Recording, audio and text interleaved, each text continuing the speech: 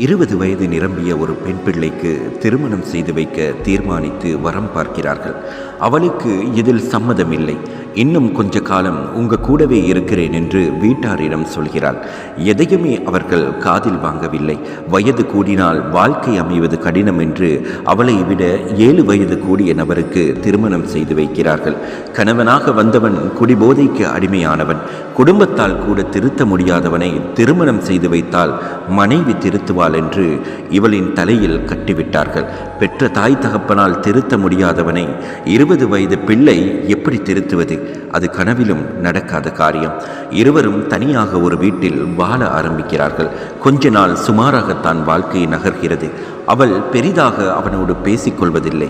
வெளியே செல்வான், முழு போதையில் வந்து படுத்துக் கொள்வான். அவள் எதை பற்றியுமே கேட்பதுமில்லை. திருமணம் நடந்து 6 மாதம் கடந்த நிலையில் அவனின் அட்டகாசம் அதிகமாகிறது.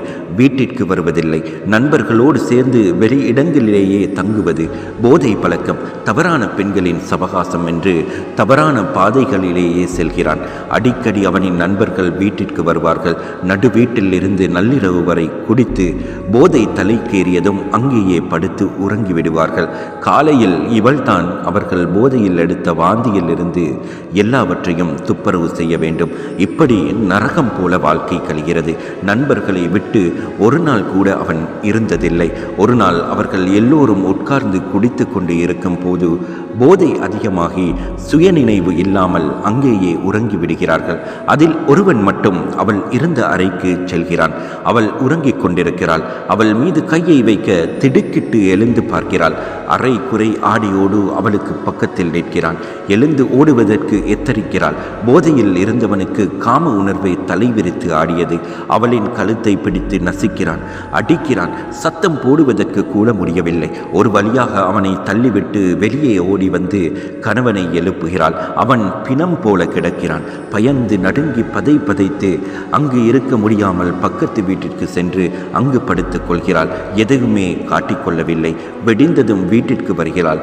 கணவன் மட்டும் இருக்கிறான். எங்கே போனாய் என்று கேட்கிறாள். அழுது கொண்டே நடந்ததை எல்லாம் சொல்கிறாள். நீ இப்ப தாண்டி என்னோட வாழ்க்கையில வந்தாய். அவன்கள் எல்லாம் சின்ன வயசுல இருந்தே என்னோட இருக்கிறார்கள். அவன்களை பற்றி எனக்கு தெரியாதா? நீ பெரிய உலக அழகிதானே. நானே உன்னை தொடமாட்டேன். நீ எவனோடையோ இரவு போயிட்டு வந்து அவனுங்களையா தப்பா சொல்கிறாய் என்று அவளுக்கு அடிக்கிறான். நான் சொல்வதை கேளுங்கள் என்று கழுத்து கையெல்லாம் அவன் நகத்தால் கிழித்த தடங்களை காண்பிக்கிறாள். அவன் நம்பவில்லை. காட்டு மிராண்டித்தனமாக அடிக்கிறான். அவள் கீழே கிடந்து துடிக்கிறாள். நண்பர்களை பற்றி தவறாக சொன்னாலாம் என்று உத்தமனின் ஆத்திரமம் தீராமல் அவளின் கையிரண்டையும் கட்டி வைத்து ஆடைகளை எல்லாம் கிழித்து சமையலறையில் இருந்து மிளகாய் தூளை எடுத்து வந்து அவளின் உடல் எல்லாம் தேய்க்கிறான். வலி தாங்க முடியாமல் துடித்து அரை உயிரோடு கிடக்கிறாள். மகளை பார்ப்பதற்காக தந்தை வருகிறார். அரை உயிரோடு மிளகாய் தூள் பூசப்பட்டு நிர்வாணமாக கிடக்கும் மகளை பார்க்கிறார். நெஞ்சு படபடுத்து கண்ணீரோடு ஓடி வந்து மகளை தூக்கி அணைத்து கொண்டு அழுகிறார்.